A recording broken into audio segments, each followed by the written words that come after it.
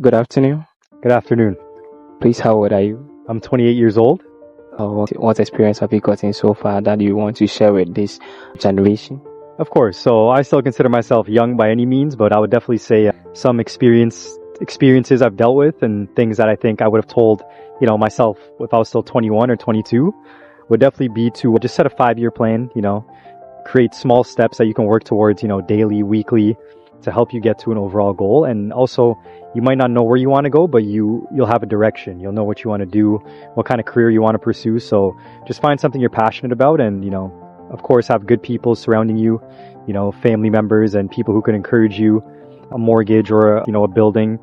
Definitely just start by taking some type of economics courses or business or commerce courses. You can always pivot into real estate because it's all around us, it's everywhere. So that's kind of how I got into it.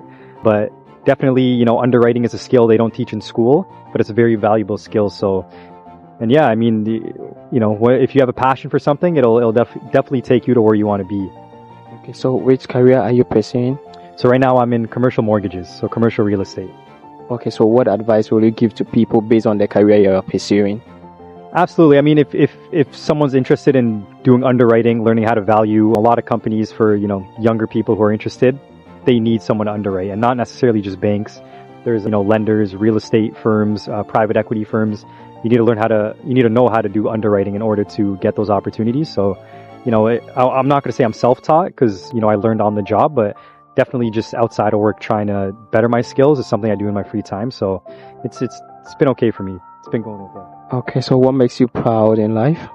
What makes me proud? That's a good thing. Well, I'm Muslim, so, I try to follow my religion to the fullest. So that's definitely the first thing that makes me want to get up in the morning and be a good person.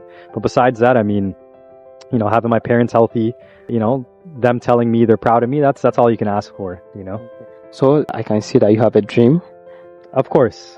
So can you share a little with us what you want to do in the future that will benefit you, your family, and the society at large? Of course. So to start to benefit me, I definitely, invest in every time I make money, any kind of money, I try to invest at least like 80% of it, put into something that'll, pay me in the future, so to speak. So, and then also for the larger picture for society, I want to, I'm a big animal person, so I wouldn't mind, owning a farm or something, but, along those lines as well, back home, my mom's from Ethiopia, so we do a lot of, my mom especially does a lot of initiatives back home. So, we feed people there, and my mom has a school in Ethiopia as well. So definitely just giving back to the country I'm from would make me the happiest, for sure. Okay. So my last question will be, what advice will you give to the younger self or those who are very young than you who are coming up? What advice will you give it to them? Yeah, the advice I would give to them is definitely just always have a plan B, but, follow your passion. So that would go, in line with anything you plan to study. Studying is very important. And I think, growing up as a first generation Canadian, my parents didn't get the opportunities I got in this country. So they told me to stay in school, and I did, and, landed me a good job. So I'm happy about that, but definitely just follow something you're passionate about and something you want to, actually do every day.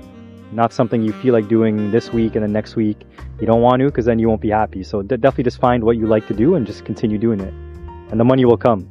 How long have you been here, and how were you able to put yourself together when you got to Canada?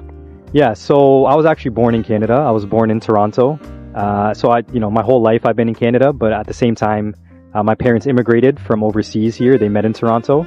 So I have 2 older brothers. We're first generation Canadians. And to get to where I'm at, I mean, I think I mentioned before, I had a kind of a career switch. So, I studied something after high school and post-secondary. And then I did a program there. I pivoted, did 4 years. I got my degree in commerce. So from there to get to this stage, I would have to say I am happy with where I'm at. But with that being said, I could always improve. And as I get older, getting more experience, and then of course trying to earn more money, because that in turn, helps not only myself, but my future kids and, whatever I want to do in the future. So it all goes hand in hand as you progress and get older. You just want to get more experience to get to, keep improving day by day. And that goes for everything. I mean, physically, mentally, emotionally, everything.